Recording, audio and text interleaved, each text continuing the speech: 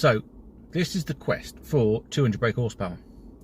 Now I know 200 brake can be had from the 16 valve engine in many different ways. I know it's been done before, and it's proven it's been done before, but I want to do it my way and see how much I can get out of what we have in factory spec. Now I know my engine's not factory spec, so factory spec I mean using the factory spark control system, the factory fueling system, etc, etc, the factory parts, stock VW parts. So ignoring the pistons, that is. So yeah, we got our 1.9 engine which I built. The head's been done. We know the head is, even a lightly modified head, has got enough airflow capacity for 200 brake horsepower, so no, that's not a problem.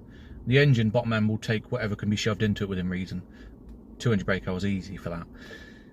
Manifold, we've got our VW part on there. Obviously we've got downpipe and track slag system.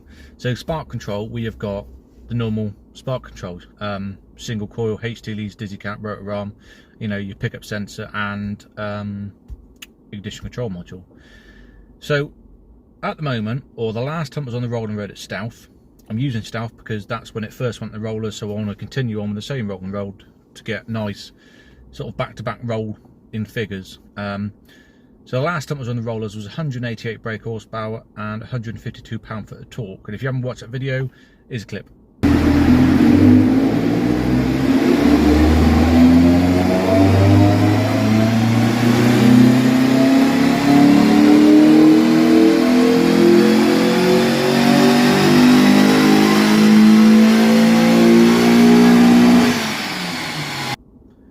So since that rolling road, we have done this video.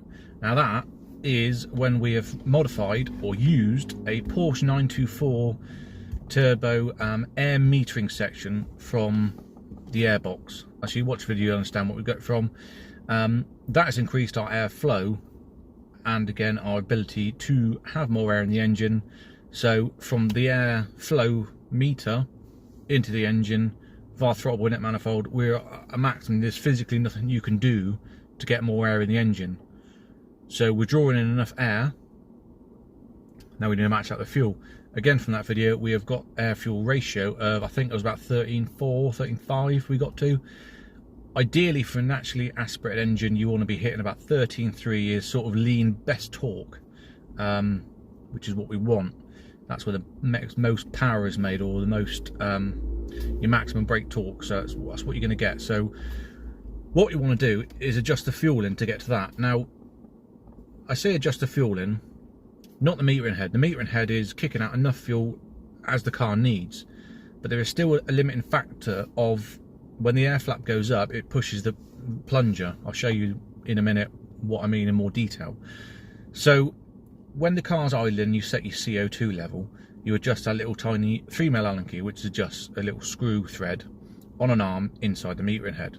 Now what that does is adjust how high the fuel plunger is pushed on idle, which gives you, you know, a rich or a lean CO2 percentage. Now currently I think I put it at 2.8% from my Tungsten CO2 tester, which is pretty accurate, but obviously I'm trying to really pinpoint and get things right on the nose where we want them. So what you can do is run the engine slightly richer on CO2 on idle. Now it's a 1989 car, I've got 3.5% limit on an MOT limit. So guess where we're going to go now? We are going to go to friendly MOT station, who does my MOTs, top bloke, Petrohead 2, and we're going to stick his calibrated tester up the tailpipe of the exhaust and adjust it to between 3 and 3.5%, depending how the engine takes it. Now some engines won't idle and won't like any more than 3%. Now your ballpark of 1.82% CO2 is where cars are really happy with the engines. Some like more, some won't like it, so we're going to feather around, hopefully get above 3%. 3.25 would be ideal. Just gives us a little bit of margin for MOT when it goes for MOT. Now what that is going to do is allow the fuel plunger to uncover more of the fuel slits at max RPM. So again, the arm's moving up with the air coming in. We've still got your limiting factor on top of your control plunger pushing down the control pressure. But what we want to do is when the air flaps up is make sure this pin is as high as it can go within a given a given sort of rate. So the higher you can go, the more slits you'll uncover. So before I can confuse you too much, we'll go over to our little test rig and I'll explain what I mean physically by looking what was going on with the CO2 screw and how we're going to get a bit more fuel. So a bit more detail on our CO2 adjustment. So this is your 3mm Allen key and it's what it goes to. Now when you adjust this, it adjusts that thread, moves that arm up or down, which when idling is relation to how high that fuel pin moves on idle.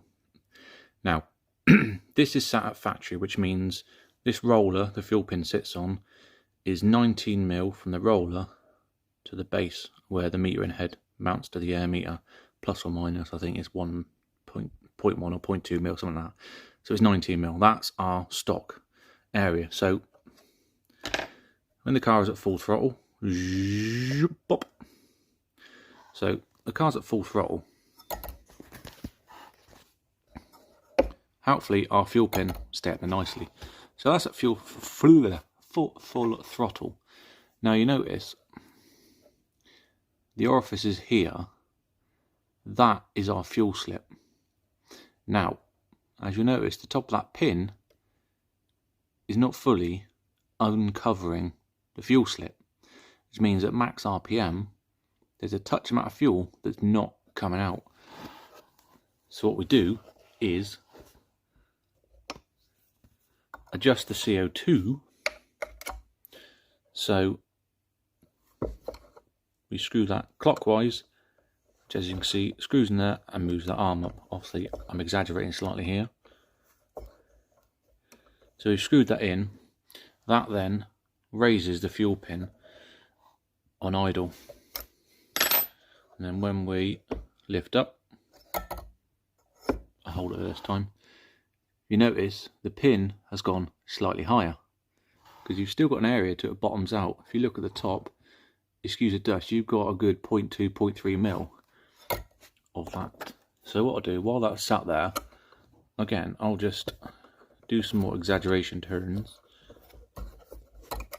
And then we push it up again. So what I'll do, I'll push it up and you'll notice, see that? It's moved up a bit more, which means that's more of the fuel slip uncovered, which means more fuel is coming through. So that's what I'm on about when I say adjusting the CO2 at idle to give more max fueling at high RPM, which is what we're after. But what you've got to do is fight the battle between your emissions regulations on which country you're in. UK, this car 3.5% limit, so we've got a massive window to play with, which is good. So as I say, let's head off to Mr. MOT station, pop, adjust this in real time, and then we'll get it out with an AFR gauge and see where the fueling is at. Do you wanna come along with me?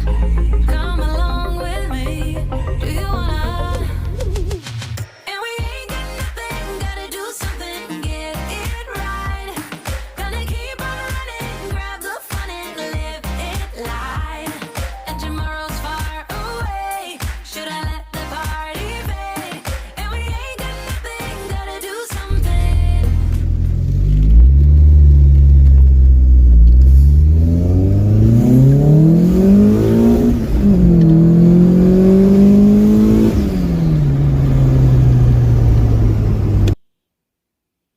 So we've been down the MOT station with John. We have got our CO2 where we want it.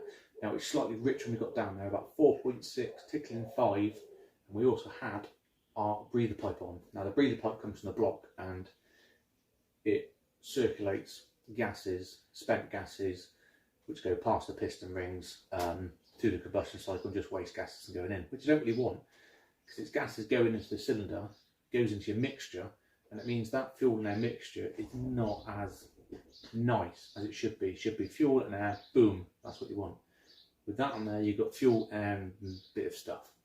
So after some adjustments, we are sitting at 3.4%, which is perfect. So we want 3.5% is the limit, 3.4 is where we're at. Now, if you notice this one here, that was with this pipe connected.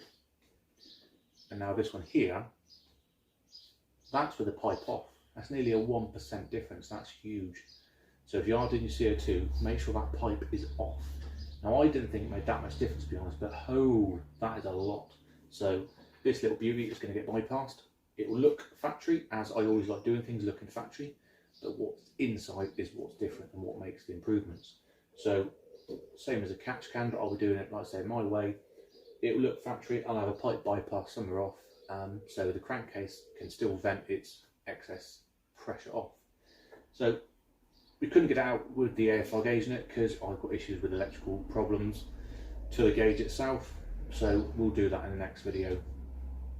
I am going to split this Quest for 200 brake horsepower in 3. So this is the first one with refueling, getting the best we can to get. The next one is going to be ignition timing, where I'll go through your stock ignition map on the KR and where we're adjusting it.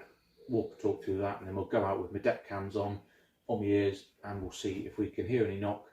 No knock, which there isn't at the moment. We'll fast the timing on and then check it again and again. So thanks for watching. I'll see you in the next one.